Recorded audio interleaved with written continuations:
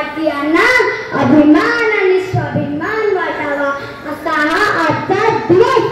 आणि हा दिवस ज्यांच्यामुळे आला आहे ते या देशाचे खरे हिरो, ज्यांनी आपल्या घरादाराची, आपल्या संसाराची, आपल्या मुला बाळांची, अरे एवढंच काय, स्वतःच्या जीवाची पर्वा न करता या देशासाठी बलिदान दिले त्या सर्व वीर आणि वीरांगणांना या ठिकाणी तुमच्या टाळ्यांच्या गजरात विनम्र अभिवादन करते।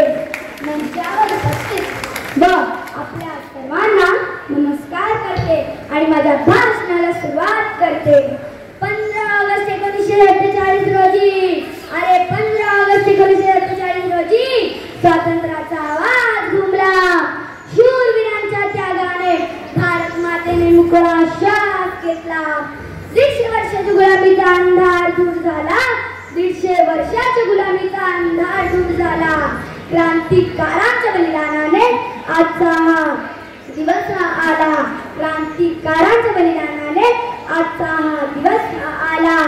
प्रत्येक वर्षी आपण स्वातंत्र्य दिन साजरा करत असतो आणि ज्यांनी ज्यांनी या भारत मातेसाठी, या देशासाठी ही स्वातंत्र्याची पहाट उठवण्यासाठी दिवसाची रात्र केली आणि रात्रीचा दिवस केला, त्या सर्वांचे कार्य, त्याग, बलिदान या सर्व गोष्टींचे आपण स्मरण करत असतो। शूरवीरांना आदरांजली आणि श्रद्धांजली अर्पण करत असतो, त्यांचे विचार आपण आदर्श म्हणून घेत असतो, कारण कुणाची हिम्मत, ताकद या भारत मातेकडे वाकड्या नजरेने बघण्याची होऊ नये यासाठी हा स्वातंत्र्य दिन साजरा करत असतो। पण माझ्या मनाला पडलेला एक प्रश्न आहे, तो म्हणजे की मिळालेले स्वातंत्र्य हे खरे स्वातंत्र्य आहे का? ज्या वीर आणि वीरांगणाने रक्ताचं पाणी केलं त्यांच्या स्वप्नातील स्वातंत्र्य भारतात आहे का? कारण इथे होतात आतंकवादी हल्ले, इथे होतात धर्मात भांडणे, इथे पेटतो भाषेवरून संघर्ष। मग तुम्हीच सांगा, हे आहे का खरे स्वातंत्र्य? अरे हे आहे का खरे स्वातंत्र्य?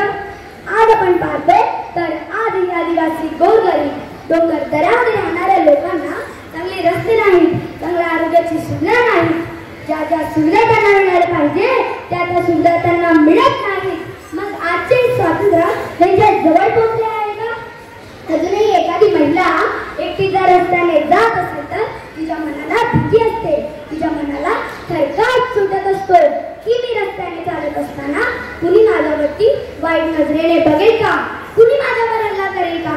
मग तिच्या मनाला अजूनही स्वातंत्र्य मिळाले आहे का?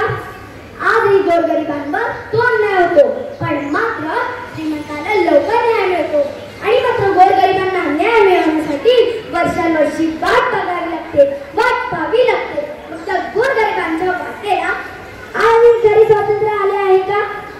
ज्या शहीदांनी या देशासाठी आपले प्राण अर्पण केले, वीर मरण पत्करले, त्यांच्या स्वप्नातील स्वतंत्र भारत जर आपल्याला निर्माण करायचा असेल तर तो फक्त सीमेवरती लढणाऱ्या जवानांनी निर्माण करायचा का?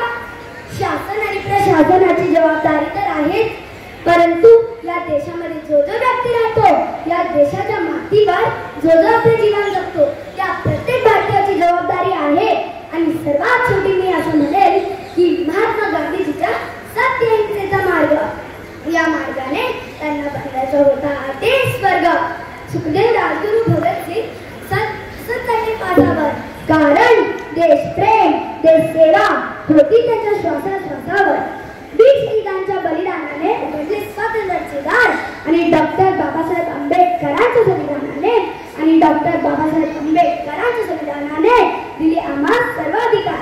चला आपण सर्व मिळून असा भारत घडवूया, या जगामध्ये मान सन्मान या देशाला मिळवून देऊया, या देशाला मिळवून देऊया, या देशाला मिळवून देऊया।